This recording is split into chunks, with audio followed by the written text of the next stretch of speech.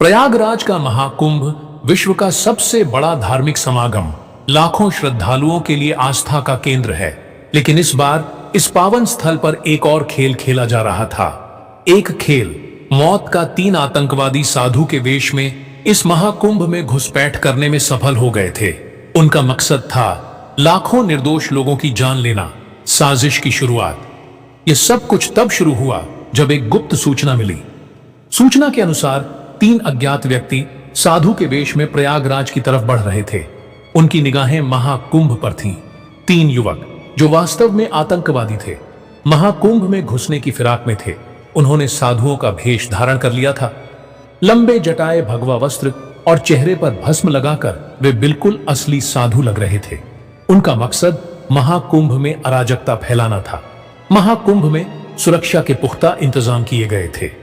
Police अधिकारी राम सिंह और उनकी टीम लगातार गश्त कर रहे थे। राम सिंह एक अनुभवी अधिकारी थे और उन्हें साधुओं के वेश में छिपे हुए आतंकवादियों की पहचान करने का अनुभव था। राम सिंह ने जब इन तीनों साधुओं को देखा तो उन्हें कुछ अजीब लगा। इनके चेहरे पर एक अजीब सी बेचैनी थी और उनकी आंखों में एक खौफनाक चमक थी। राम सिंह को लगा कि कुछ गड़बड़ है। उन्होंने अपने साथियों को संकेत दिया और तीनों साधुओं का पीछा करना शुरू कर दिया। पुलिस के सामने कई चुनौतियां थीं। लाखों की भीड़ में 3 संदिग्धों को ढूंढना किसी सुई को ढूंढने जैसा था। इसके अलावा आतंकवादी भी बहुत चालाक थे। उन्होंने अपनी पहचान छिपाने के लिए कई उपाय किए थे। पुलिस ने एक जाल बिछाने का फैसला किया। उन्होंने महाकुंभ में कई जगहों पर सीसीटीवी कैमरे लगाए। साथ ही उन्होंने सादे कपड़ों में पुलिस कर्मियों को भी तैनात किया। इन पुलिस कर्मियों को साधुओं के रूप में भी भेजा गया था ताकि वे आतंकवादियों की गतिविधियों पर नजर रख सके। आतंकवादियों ने महाकुंभ में भीड़भाड़ वाले इलाकों में बम लगाने की योजना बनाई थी। वे इन बमों को दूर से ही धमाका कर सकते थे। उनके पास विस्फोटक पदार्थों के साथ साथ हथियार भी थे। पुलिस ने आतंकवादियों की योजना को नाकाम करने के लिए एक काउंटर प्लान बनाया। उन्होंने आतंकवादियों के संचार माध्यमों पर नजर रखनी शुरू कर दी। साथ ही उन्होंने आतंकवादियों के ठिकाने का पता लगाने के लिए तकनीकी उपक का इस्तेमाल किया। तनावपूर्ण कुछ घंटों के बाद पुलिस को आतंकवादियों के बारे में कुछ महत्वपूर्ण जानकारी मिली। वह सीक्रेट जानकारी पुलिस के हाथ लगते ही राम सिंह ने तीनों साधुओं को एक सुनसान जगह पर घेर लिया। उन्होंने धीरे से उनसे बातचीत शुरू की। राम सिंह ने उनसे सामान्य से सवाल पूछे, जैसे कि वे कहां से आए हैं, किस मठ से हैं आदि। लेकिन तीनों साधुओं के जवाब संदिग्ध थे। वे घबराए हुए थे और उनके जवाब में बार बार विरोधाभास थे। राम सिंह को यकीन हो गया था कि यह तीनों साधु नहीं बल्कि आतंकवादी हैं। उन्होंने अपने साथियों को इशारा किया और तीनों को दबोच लिया। तलाशी लेने पर उनके पास से हथियार और विस्फोटक मिले। पुलिस ने तुरंत कार्यवाही करते हुए आतंकवादियों को घेर लिया।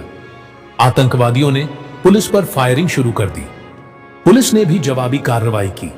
एक लंबी मुठभेड़ के बाद तीनों आतंकवादी मारे गए। एक बजीत पुलिस ने एक बड़ी जीत हासिल की थी। उन्होंने लाखों लोगों की जान बचाई थी। इस घटना ने एक बार फिर साबित कर दिया कि भारतीय पुलिस कितनी कुशल है। यह घटना हमें यह सिखाती है कि एकजुटता, सतर्कता और बहादुरी से किसी भी बुराई का सामना किया जा सकता है। भारतीय पुलिस ने एक बार फिर अपनी कार्यशक्ति और दृढ़ संकल्प का परिचय दिया। कुंभ मेले के दौरान विभिन्न संत, साधु और धार्मिक गुरु एकत्र होते हैं। अखाड़े अपने अनुयायी के साथ आते हैं और उनके स्नान का एक विशेष महत्व होता है। कुंभ मेले में नागा साधुओं की उपस्थिति विशेष होती है। यह नग्न संत होते हैं जो कठोर तपस्या और ध्यान के लिए जाने जाते हैं। उनका संगम स्नान के दौरान विशेष महत्व होता है।